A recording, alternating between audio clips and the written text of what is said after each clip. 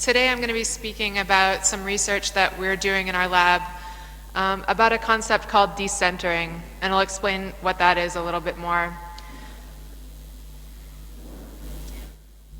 So we've heard a lot today about the importance of emotions and emotion regulation. We all know that emotion regulation is important. The capacity to flexibly regulate emotions, to bring behavior in line with our goals, values, is critical to mental health and well-being. In problems with emotion regulation, as Dave and Marcel pointed out already, are characteristic of many disorders, many psychological disorders. So in our lab, we've been interested in this process, in this emotion regulation process called decentering, which is essentially a process of adopting a detached but accepting or non-judgmental perspective on internal experiences, things like thoughts and emotions. So in essence, you're becoming a detached observer of your own experience, of your own mind. And this capacity is cultivated by mindfulness meditation practice, and probably by meditation practice more generally. So there are two self-report measures of decentering, or the capacity to adopt this perspective. So these measures have attempted to describe this process, what is it, and also measure how good people are at engaging in this process. And studies that have used these self-report measures of decentering have shown that the capacity to decenter can be enhanced by cognitive and mindfulness-based interventions for different kinds of disorders, particularly for major depressive disorder.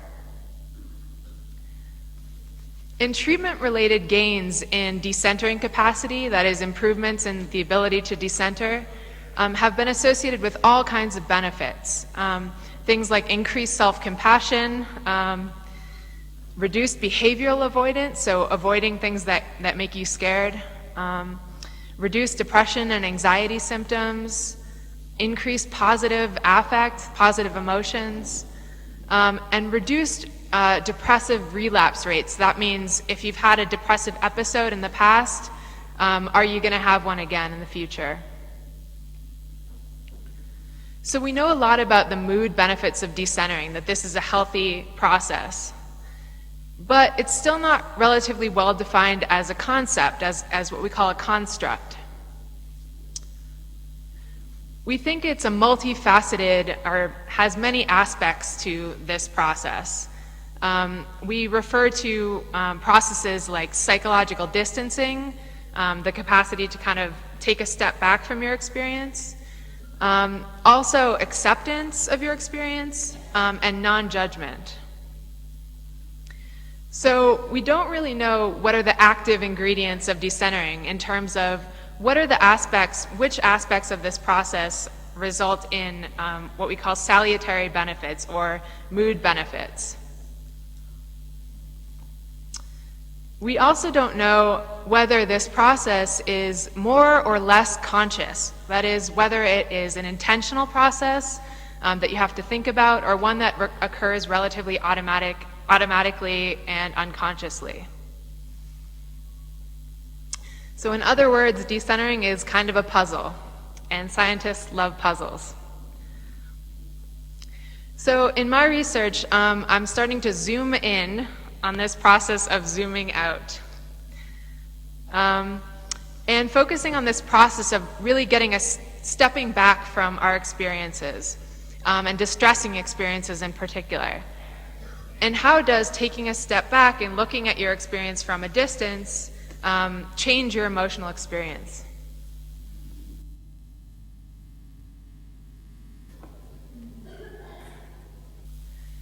So in the current study, we developed what we call an implicit psychological distancing task.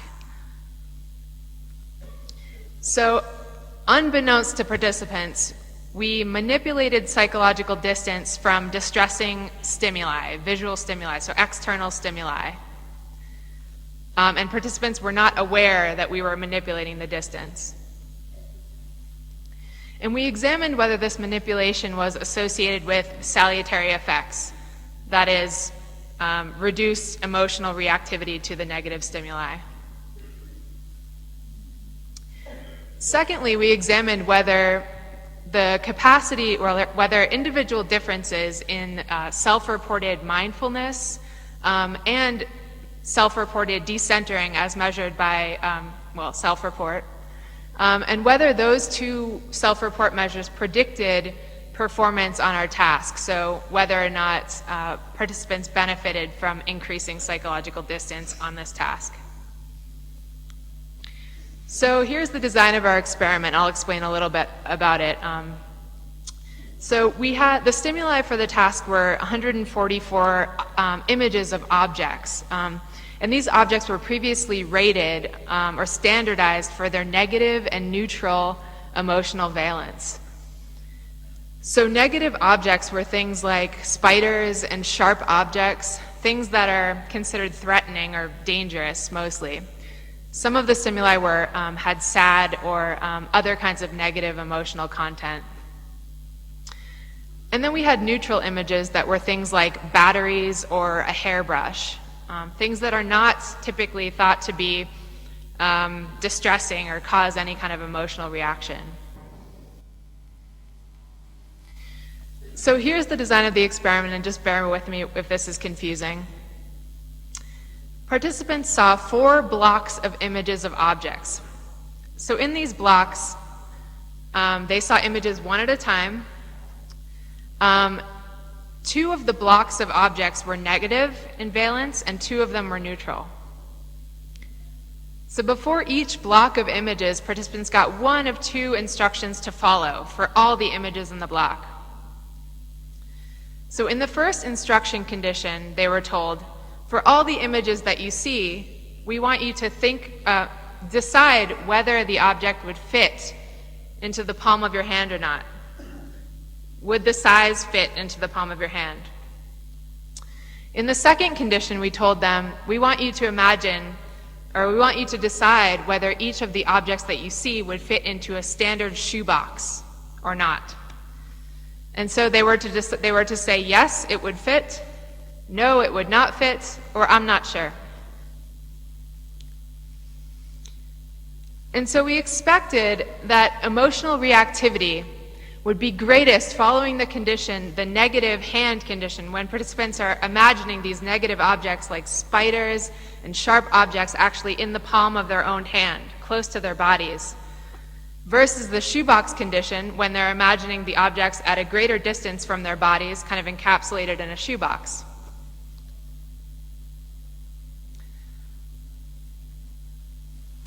And so we had a couple of dependent measures, and you guys are probably familiar with this terminology from the workshop.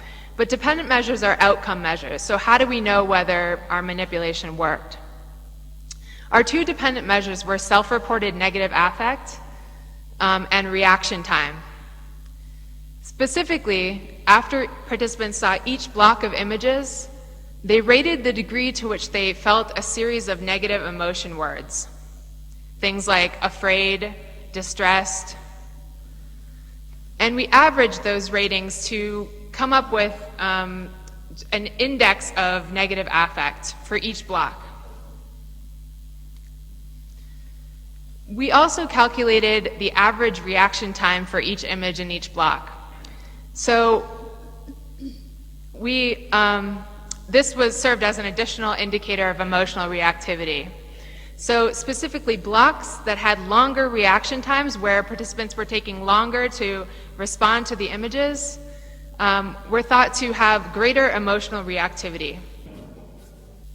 So there's more the emotions are interfering more with their ability to accomplish the task. So the degree to which our participants experienced reduced distress in the shoebox condition versus the hand condition, so that is when the objects are further away in space versus closer to their bodies, was an indication to us of their distancing capacity. That is, how much did they benefit from this manipulation? So I'll spare you the calculations here, but just know that negative scores, that is, negative scores on this task were better, were indicative of better distancing capacity. And neutral or positive scores were indicated less distancing capacity, less good performance. So we correlated, that is, we looked at the association between performance on this task and self-reported individual differences in self-reported mindfulness and decentering. These are just some characteristics of the population of participants that we used for this study. So these were mostly college students. We had a sample of about 91 subjects. The mean age was about 20 years old. They were mostly English-speaking students. And approximately a little bit more than half were female. And approximately 7% of our sample reported a history of diagnosis or treatment for depression symptoms. And the same amount, approximately 7%, reported a history of diagnosis or treatment for an anxiety disorder. So we think that our population was relatively representative of the student population at Kent State University, where we are.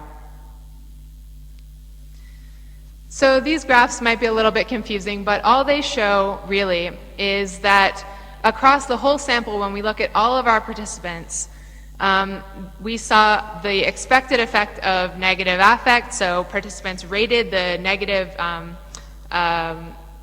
they experienced more negative affect when the objects were negative versus when the objects were neutral, just as we expected. And in terms of reaction time, they took longer to respond to the negative images than the neutral images. So that was also as we expected. What we did not see is an effect of distance. So emotional reactivity did not vary as a function of how far the objects were perceived, whether they were perceived in the hand or farther away from the body in a shoebox. So that was across the whole sample. But then we looked at individual differences in mindfulness and decentering to see, well, maybe it's that people who are better at mindfulness or have greater mindfulness capacity do better on this task, show more benefits of the distancing manipulation. And that's exactly what we see. So there's a correlation between mindfulness and performance on the task. So if you're more mindful, you experience a greater drop, a greater benefit from increasing psychological distance than if you have a low mindfulness, if you're not very mindful. But we didn't see the expected relationship with the decentering self-report measure. So that was not expected. Interestingly, we see that two aspects of mindfulness, acting with awareness and non-judgment of experience, were associated with better effects of distancing. So people who are better, who act with awareness and who are better at not judging their experience, experienced greater benefit in terms of reduced emotional reactivity on our task.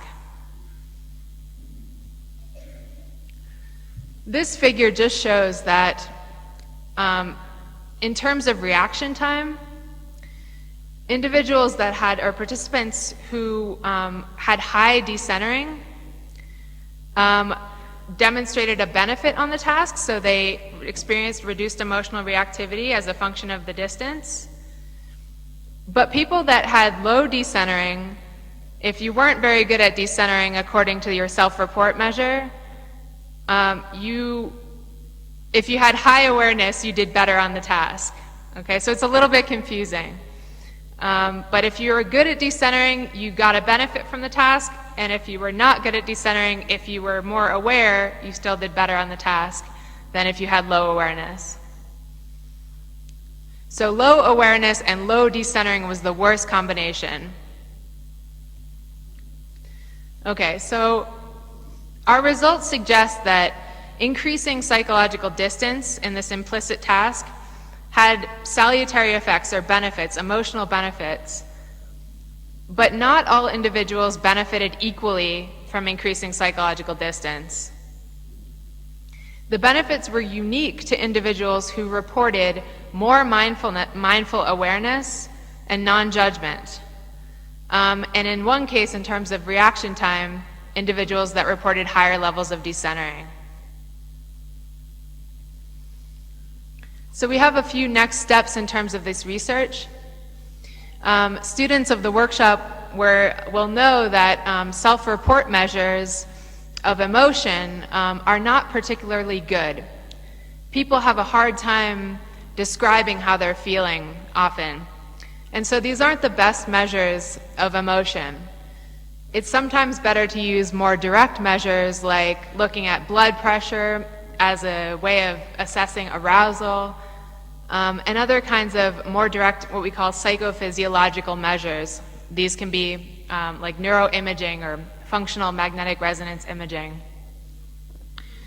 So we're planning to continue this research using those more direct measures of emotional arousal to see how emotions change as a result of our distancing task.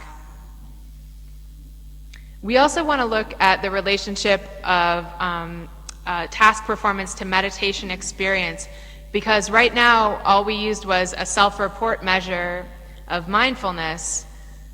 We didn't look at people who deliberately practice mindfulness meditation. We also want to know more about the mechanisms of the salutary effects or the benefits of psychological distancing. So what I mean is, why exactly does this have an emotion regulation effect when we move something farther away from us? Why is that beneficial? Is it because we are getting further away from the source of the threat? Is it because it's increasing the likelihood that we think about the threat in a different way? Or is it something related to reducing the tendency to process information in a self-referential way? So reducing the self-centered nature of processing in our minds. And we also have plans to look at this, the neural mechanisms, the brain mechanisms of this psychological distancing.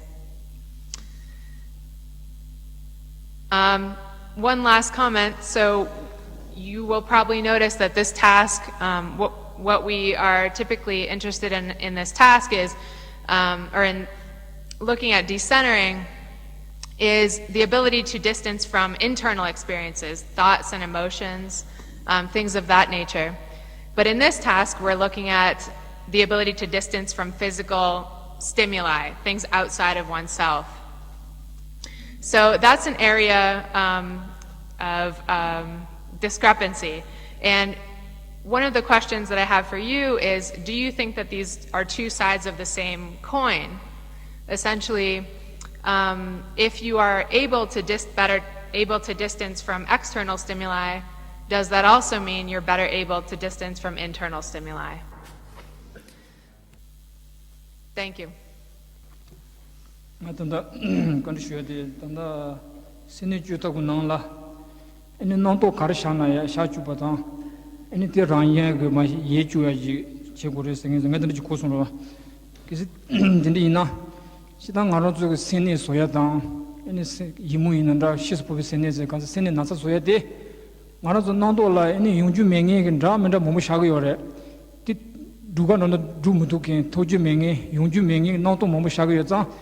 진득이 샤바 나지 제간도네 네 마용네 네 라니 상유는 대바 차네 네 세네 포고요 레상도 진득 인자 다 베베 카벨 샤바는 생상연 담르상 생상베 바나나 따주스 네 되응ombo 라틸라 네 소메테세 상노라 바나갈 따주 따야는데 요르데 용에 요마로 테나지기다 세네 소야 그 상노다 용주명이 몸보 여자 디기 세네 소바 레상도 다 세네 나딩이지라 양자 코 가르이나야 상도 주바이나 양코 딕토로 냄베게 손으로 지네 양코 용주명이 몸이 싸우는 그 신이 둘러야 그네 인가다고 요 말에 생만 드리지 죄송스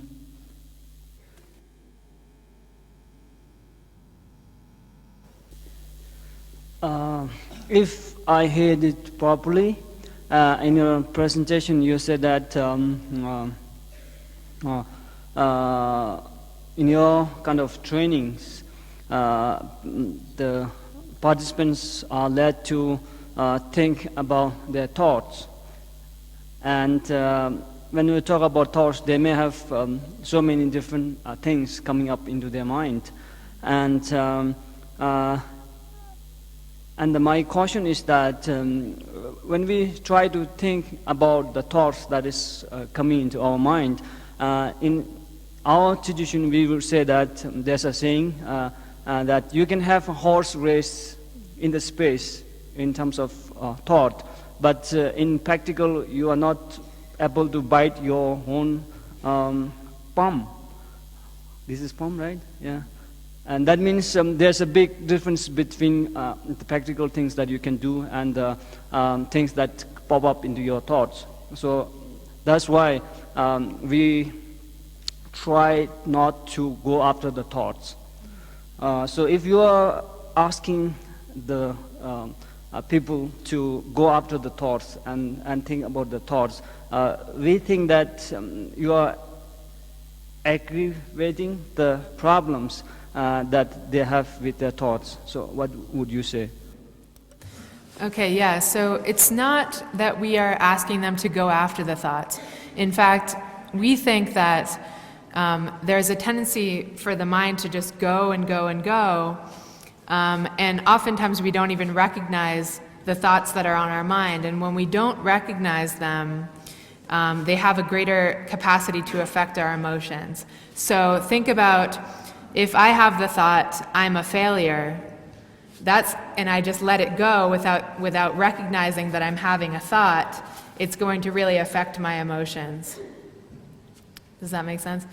But if I think about it differently, and I say, I'm having the thought that I'm a failure, it's going to affect me less. I'm going to recognize it as just a thought I'm having. So in a way, it enables us to let the thoughts go more than if we didn't recognize them or if we weren't aware of them.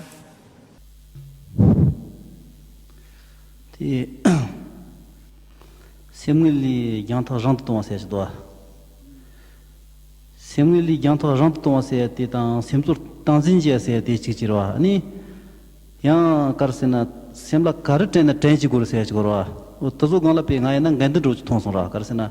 Similarly, Yanta Janton, Ani Simsula Tanzinjiala, Ani Simla Karating Lutilatani, any Simla Duating at the Kayati Timaravera. Karating but Tangigaina. Se karate de tenji gor la sonata teach gaina semla tanzin chia ta semsuli yang thoran ta te yong mar samudu pisana karad la ina ta sosula pe dubu chin ga dan ro ji baina ta tela khunjin ro ji ta ngi tela pe khunlin chi logo ta to chi go khunga la dubu chi dungi khu se go sama ro ji tembaina ta te sosu te ten goya ta te yang sa te ni de baina shi chir chir no ni nyota cha yong ro tini sonza te Tini tembaina te tenji gore kararse ta ngaru chin baina semsur tanzin la disana tini tengi omar ta ku tini chiwa ene khoyang chi yang ku ko ta mombu chi ka chiwara samni khola zopa go met tini thapsi chiwa ena ani semsur tanzin chi ni semngeli ya tarant ro ni phengrwa tini sonsa tini parola ngend ro thong du te karena. I think you talk about emotional regulations, and also you talk about the awareness of your thoughts. So if you are talking about the importance of both of these kind of mental processes, from where I have understood is that these two things are kind of contradictory to each other. Because if you are regulating your emotion means you are controlling your emotions. You are trying to regulate them. And if you are, when you talk about awareness of your thoughts, and if you are letting your thoughts come and try to recognize them, that means you are inviting the thoughts and you are not regulating the thoughts. So these two are quite kind of two different processes. And so are you saying that these are two separate kind of training exercises, or they are kind of similar in nature? Is it a same kind of training? Yeah, very, very good question. We often think about two different kinds of emotion regulation. One type is very effortful and requires a lot of thinking. Something like reappraisal, where let's say you are looking at a picture of a person who is standing on the edge of a cliff. One way of thinking about that picture is that the person is going to jump off the cliff. And another way of thinking about it is that the person has just decided not to jump off the cliff. And thinking about that picture in two different ways will have very different emotional consequences. One is relief, and the other is sadness. So that's one way of kind of regulating one's emotions.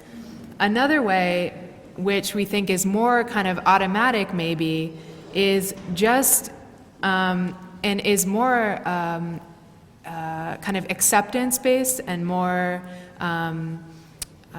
inviting the thoughts in, is this decentering, where you step back, but you're not stepping back to get away, you're stepping back to engage more with the object of your mind, to understand it better. What is this thought? Where is it coming from? How is it related to my larger experience? And I inferred from Geshe-la's comment that maybe emotion regulation is a static state of mind, but it's actually a dynamic process. Emotions do not stand still, the mind does not stand still, and effective emotion regulation is responding to whatever is arising in the mind so that you are maintaining optimal performance, optimal behavior. Perhaps the aspiration, the objective, the ultimate is a perfectly quiet state of mind. But for most of us who aren't contemplatives, we have to settle for a state of mind where we are at least attending to the products in our mind, responding to them, but not becoming burdened by them.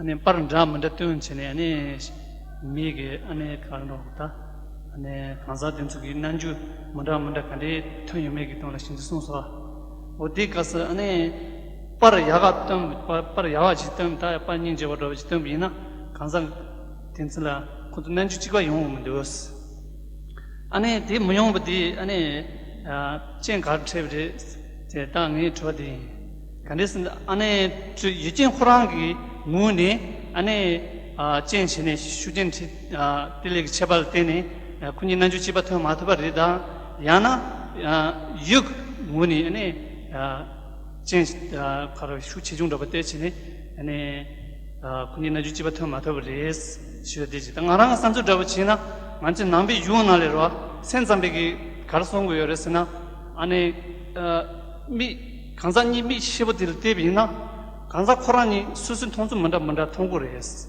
집어 통 말에 간연스나 코란이 힘이 바자 세도 집어san지면 이 코란이는 간사 코란이 통돼야지 안에 유수수 이진 코란 바자 세도를 되는 통벌에 마도 안에 이 코란 미니샤데 갈라월다 통화집에 통 말에서 군이 로컬로가 통들에서 대다 대시에 저번답지 맨더스 산데 나랑 in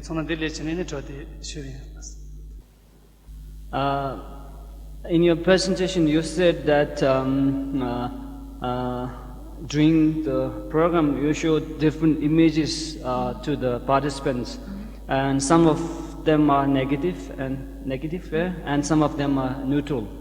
And I think you said that when you look into the results from the participants, and so since you get two different results from two different types of images, what could be the cause? Is it because of the nature of the objects themselves, or is it because of the mental dispositions of the subjects themselves? Because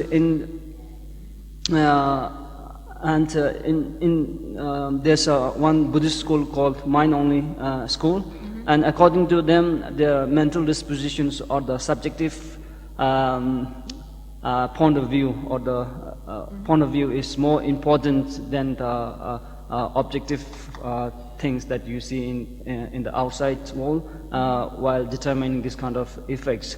So what you would say about this? And he said that even for one object, different people or different subjects will have different observations of different understandings and different response to that kind of object. Yeah, exactly. So this is something we really have to consider in our research. Individual differences in initial reactivity to the objects. Even within our sample of participants, you find that some of our participants react very strongly to the spiders and the other pictures, and other participants don't react at all. And especially if you consider someone who's afraid of spiders, right? They're going to really react to the pictures of the spiders, but someone who has a pet spider at home maybe won't react as much. So it really does depend on the individual characteristics of the observer. And in science experiments, a lot of times we're looking at averages across a large number of people. And so we want to know, what is the typical response of all the people in the room? Do most of the people respond negatively to these objects? And if so, do most of the people respond more negatively to the negative objects as compared with the neutral objects? And that is what we find across our whole sample, that most of the people responded more negatively to the negative objects. So just a brief follow-up, and I think this point was made pretty clearly, but just to amplify. What we did in this study was, in one condition, we tried to facilitate the ability to have this quality of mind where you create distance, and the other condition, the hand condition, we tried to undermine the ability to have this quality of mind. And for most healthy people in the sample, there was a larger discrepancy when they could put something in the shoebox than they could put it in the hand. And one thing that Kathrine did not present today, but it's in our data, is that for people who are suffering, people who have depression, the difference between the shoebox and the hand was much smaller. So even when we even when we allowed them to walk down the hill and have an easier way of making this distance, the depressed individuals did not receive this benefit.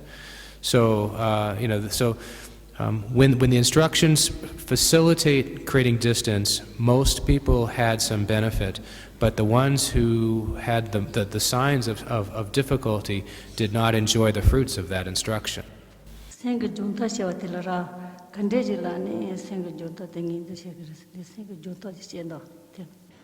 Question is very simple. When you talk about emotional regulation, what do you mean by emotional regulation? Good question. We define emotion regulation as really anything that you do to reduce or change, really not reduce, but just change the intensity of your emotional experience. So really anything your mind does to change your emotional experience is considered emotion regulation. Does anyone want to add to that? Okay.